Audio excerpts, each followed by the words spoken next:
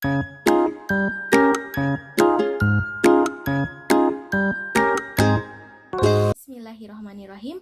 Assalamualaikum warahmatullahi wabarakatuh. Baiklah, saya dan rekan-rekan saya dari kelompok 4 mata kuliah teori terjemah akan menyampaikan materi mengenai kewajaran terjemah dan prinsip dasar menerjemahkan. Baiklah, materi yang pertama yaitu maksud kewajaran.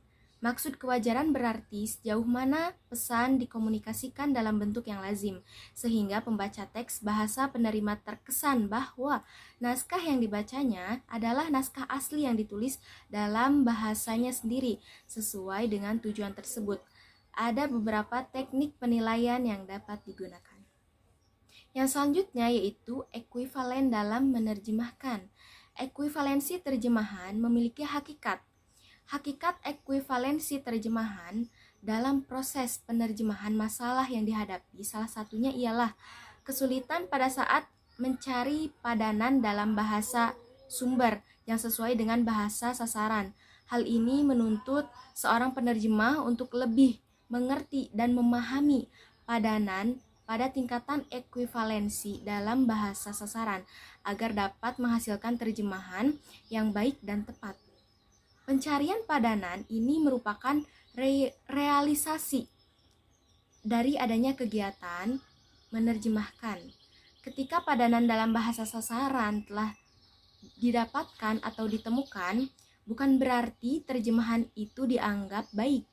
Hal ini dikarenakan dari setiap unsur bahasa dapat muncul berbagai penafsiran atau ambiguitas terjemahan.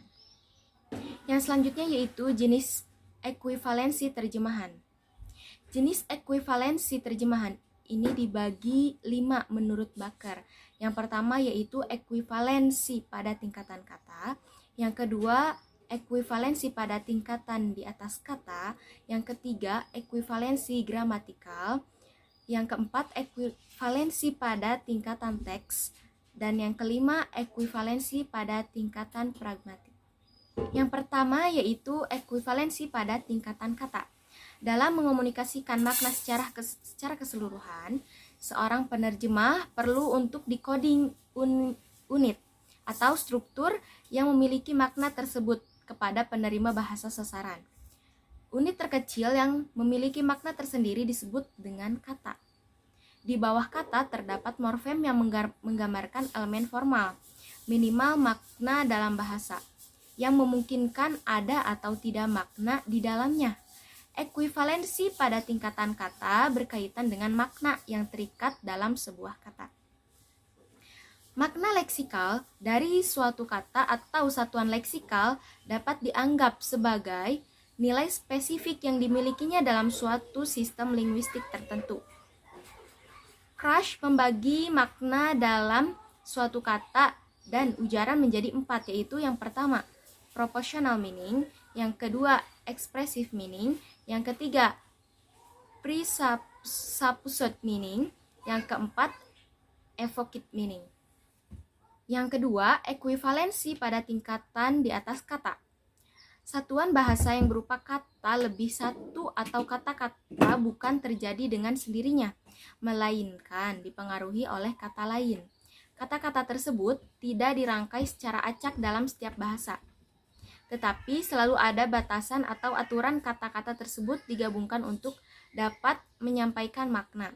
Sebagai contoh aturan dalam bahasa Inggris, determiner tidak dapat berada setelah verba. Misalnya, beautiful girl, the. Hal ini tidak dapat diterima dalam bahasa Inggris. Beberapa pembatasan lebih cenderung mengakui pengecualian dan berlaku untuk satuan kata dibandingkan dengan kelas kata.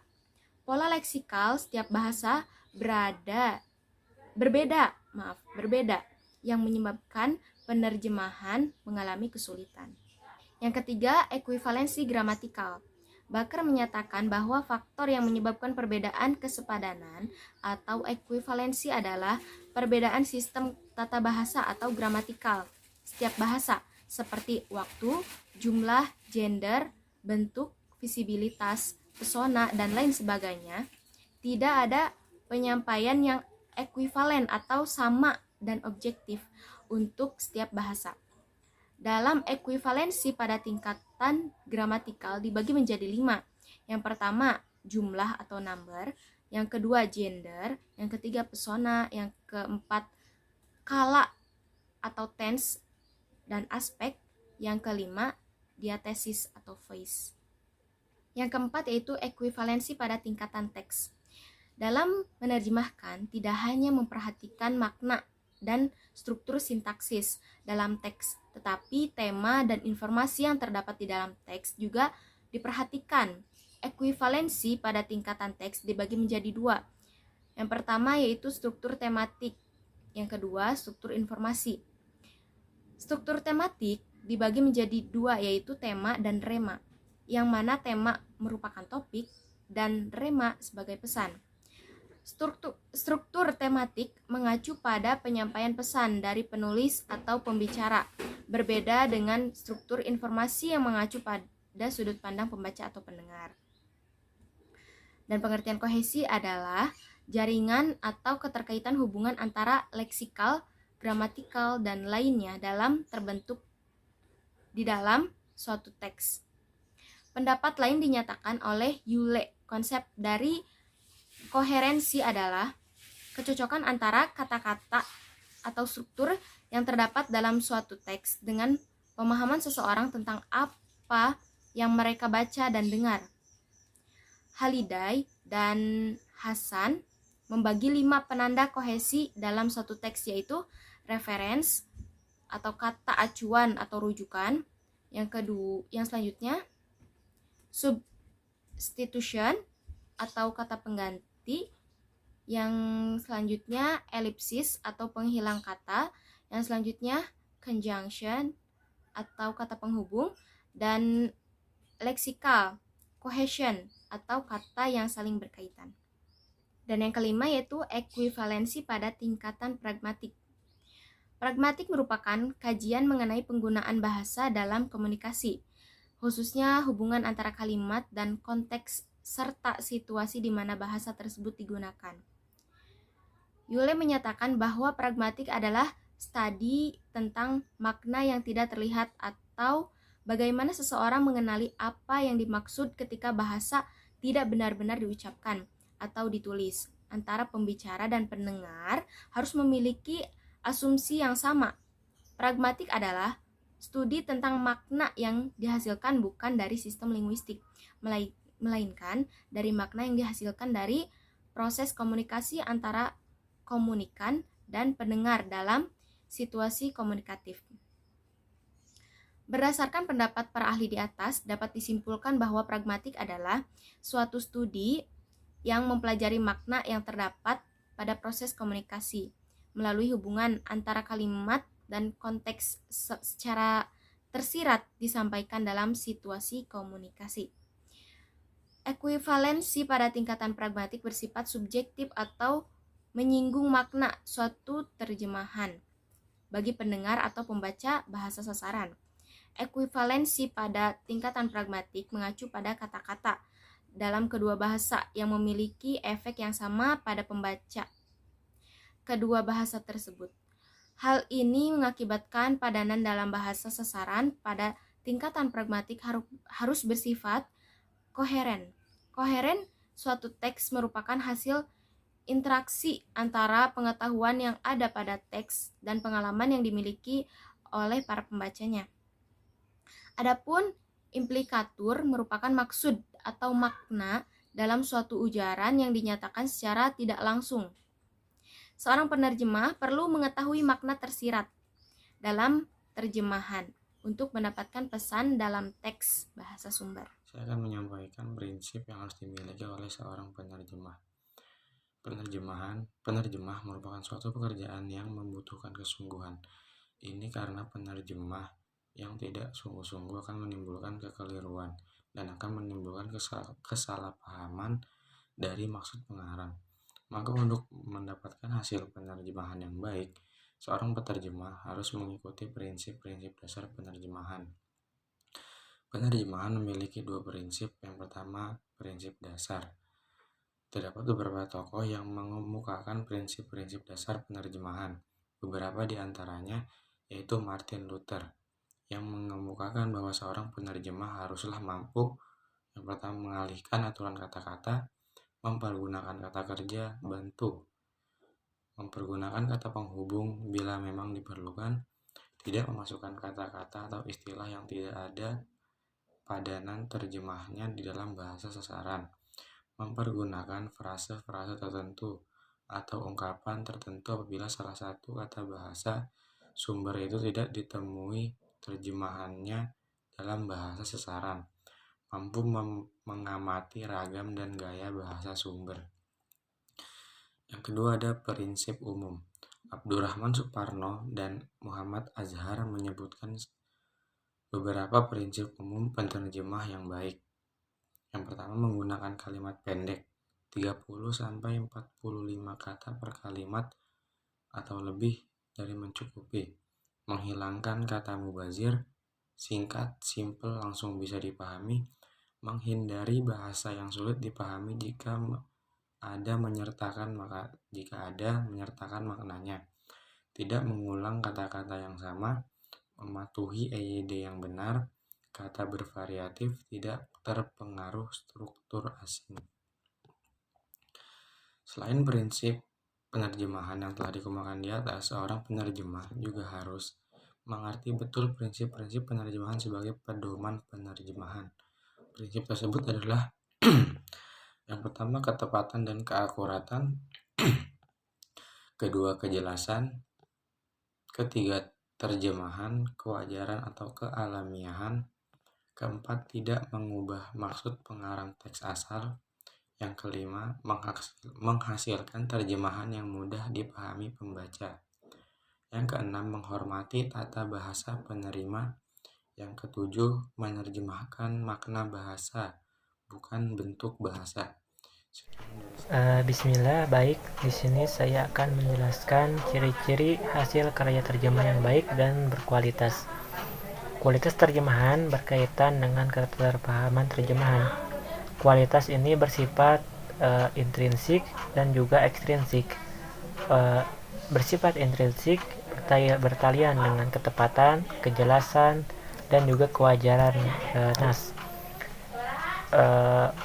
Ekstrinsik berkenaan dengan tanggapan pembaca dan pemahamannya terhadap terjemahan. Dalam telaah nas, kualitas intrinsik diistilahkan dengan keterbacaan, keterpahaman, dan atau kecerdasan. Sakri menggunakan ketiga istilah tersebut secara bergantian dan mendefinisikannya sebagai derajat kemudahan sebuah nas untuk dipahami maksudnya.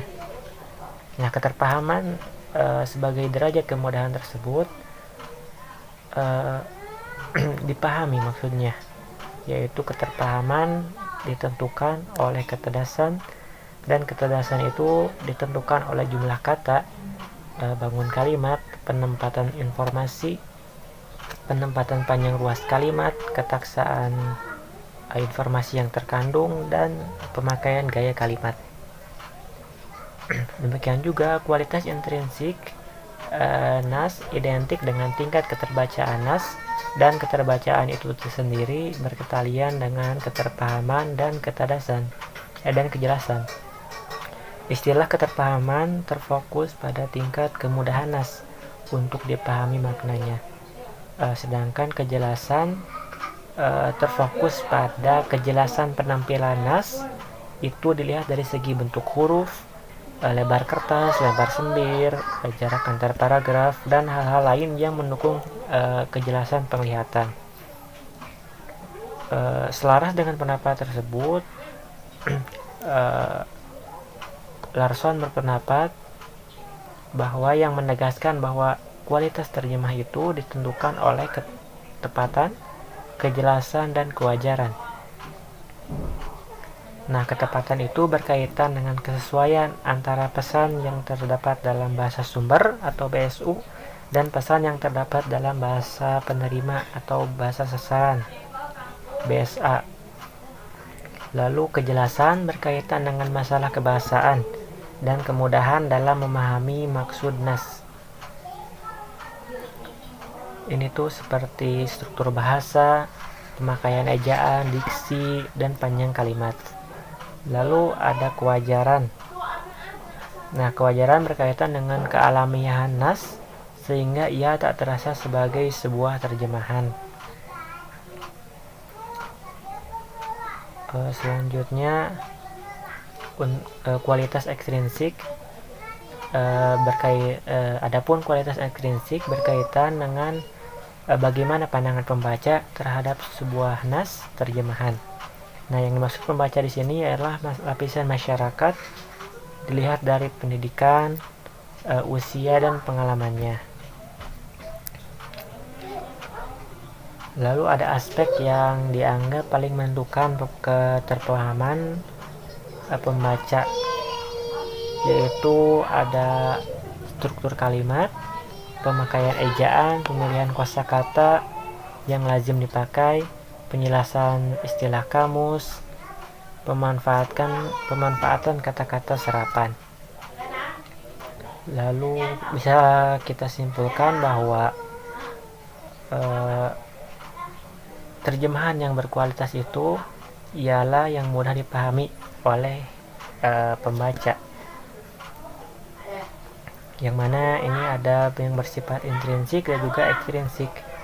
Yang intrinsik yaitu bertalian dengan ketepatan, kejelasan, dan juga kewajaran, sedangkan ekstrinsik berkaitan dengan pandangan pembaca umum dari berbagai lapisan masyarakat terhadap sebuah nas terjemahan yang ada. Mungkin itu yang bisa saya sampaikan. Mohon maaf apabila ada kesalahan baik dalam penyampaian maupun isi materi yang saya sampaikan.